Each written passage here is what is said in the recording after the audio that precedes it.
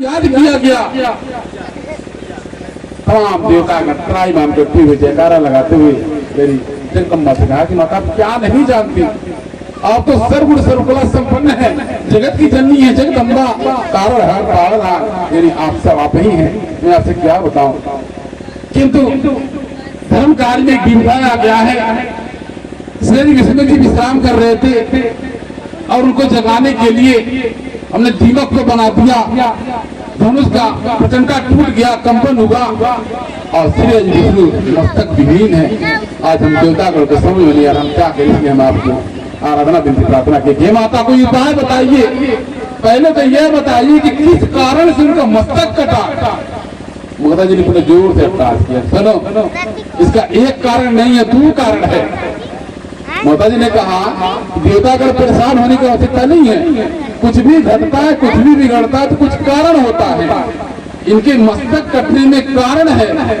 पहला कारण है, एक बार माता लक्ष्मी और भगवान विष्णु शेष शैया पर विश्राम कर रहे थे और आकाश की तरफ ध्यान दे काफी देर से चिंतन में डूबे हुए थे और माता लक्ष्मी उनका धीरे धीरे चरण दबा रही थी। काफी देर हो गया, माता लक्ष्मी के मन में आए काफी देर हो गया, हमारे प्रभु के ऊपर हमको तकबो नहीं किए, देखो नहीं किए। अगर इस स्थिति में अगर सरस्वती और माता पार्वती क्यों मना नहीं पाओला, तो काम से शक्ति आ जाता है तो कुछ हो जाए ना, ये जाए तो जाए, खटाए हम जब ऐसा का तामसी शक्ति होता है।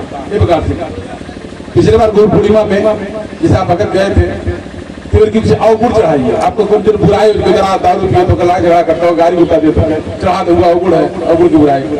तो ढेर माता बनिए कि गुस्सा बहुत ज्यादा आवाला, 99% भक्ति नहीं है कि गुस्सा बहुत ज्यादा आवाला। सही है में ये कोई बीमारी है, क्योंकि अपने आप को शांत कीजिए, तो गुस्सा फिर बात बर्दाश्त ना ही होला, ऐसा का टाइप के मतलब माया दर्शन के चलो ठीक है तो ये बीमारी है गुड़े चढ़ा दे तमाम लोग ऐसा का टाइप के। तो ये प्रकार से जब दिमाग में तामसी शक्ति आ जाएगा, क्या बोल जाए कुछ नहीं पता। ये प्रकार से माता लक्ष्मी के मन में तामसी शक्ति का प्रवेश हो गया और भगवान विष्णु पर कुपित हो गई, मन मन में कुपित हो गई, श्राप दे दिया। माता जी बता रही हैं देवताओं को किस कारण से हुआ।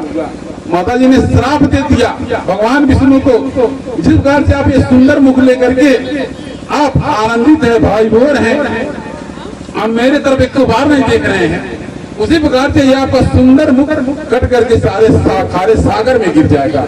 ये जितना सुंदर मुख तो आपका अभिमान है, यही आपका मस्तक कट करके गिर जाएगा। माता जी ने श्राप दिया, ये पहला माता जी ने श्राप दिया था भगवान विष्णु का मस्तक कट जाने के लिए। ऐसा श्रीमद विभाव की कथा में वर्णित है। इसके बाद सुने जगदम्बा ने कहा कि एक हयग्रीव नाम का दैत्य यानी मेरी भक्ति में लग गया, आराधना कर रहा, उसका धड़ मानव का था और उसका मस्तक मनई का था, यानी धड़ मनई के और सर घोड़ा का, उसका नाम हयग्रीव था। माता जी ने कहा और मेरी भक्ति में लग गया, घोड़ा विनती प्रार्थना किया और इतना भक्ति किया मुझे दर्शन देने जाना पड़ा। अब जब मैं प्रसन्न होकर के उससे कही तो मुझे कुछ मांग ले, बारंबार करने के बाद में कुछ नहीं मांगा, फिर भी कहा कि मुझे कुछ मांग। हयग्रीव ने पहले मुझसे वचन लिया, पहले मुझे वचन दीजिए। एकदम माने का अच्छा ठीक है। अब हयग्रीव ने कहा यदि आप मुझ पर प्रसन्न हैं मुझे अमृत का वरदान दीजिए, मैं अमर हो जाऊं, मुझे कोई मार न सकता। ये कितने दैत्य दानव आए कहे कि हमको मार न सकते, कितना वरदान मिला, हेड़ा कश्यप को मिला था, महिषासुर को मिला था, भंडासुर को मिला था, सबने अमृतों का वरदान मांगा लेकिन कोई अमर नहीं हुआ, वाली नाम अमर है। उसी प्रकार से यानी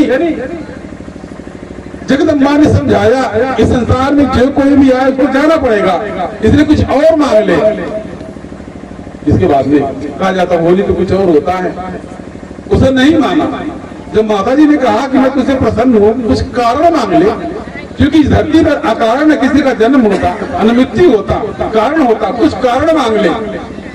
उसने अपने आप को देखा, मेरा शरीर मनई के हमार सर घोड़ा के न कोनो मनई अगर जन्मी तो अगर घोड़ा के मुड़ी ना आए रही।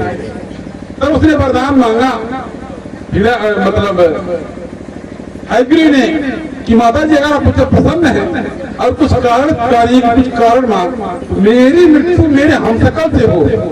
यानी कहने मतलब जिगर घोड़ा का सर रहे और मने दे रहे हुए, यानी घोड़े का मस्तक काट के भगवान विष्णु की गर्दन पर रख दिया जाए, वे जीवित हो जाएंगे। अब ऐसा ही हुआ, जय जयकार लगाने लगे सभी लोग, यानी देवता अगर प्रसन्न हो गए, विश्वकर्मा जी को बुलाया गया, एक सुंदर घोड़ा लाया गया, उसका मस्तक काट करके यानी भगवान विष्णु की गर्दन पर रखा गया, वो जीवित हो गए, उनका एक हयग्रीव अवतार भी हो गया। अब हयग्रीव को खोजते हुए भगवान विष्णु घोड़े का सर लेकर के घूमने लगे। दूर से देखा हयग्रीव कि मेरा हमशक्ल आ रहा है, अब मेरी मृत्यु निश्चित है, क्योंकि उससे याद आया कि माता जी ने वचन दिया है जिसका घोड़े का सर होगा वही मुझे मारेगा, तो घोड़े का सर वाला आ गया। अब क्या, घोड़े का सर लेकर के यानी भगवान विष्णु जी ने घोर युद्ध किया और उस हयग्रीव का अंत हो गया। जिनका ध्यान हो गए, देवतागण प्रसन्न हो गए, प्रसन्न होकर के आनंदित हो गए, पुष्पों की वर्षा होने लगी, माता ने धर्म की रक्षा की, आनंद आनंद आनंद, चारों तरफ का आनंद का माहौल आ गया, आनंद आनंद आनंद आ गया। इस प्रकार से अभी देवियों के स्वरूप में आनंद, ये वातावरण आनंद नहीं, देवता गणपति को वर्षा करके आनंद आनंद आनंद। इसके बाद में वही जगदम्बा की आरती होगी, कन्या आरती होगी, एक कन्या पूजन होगा।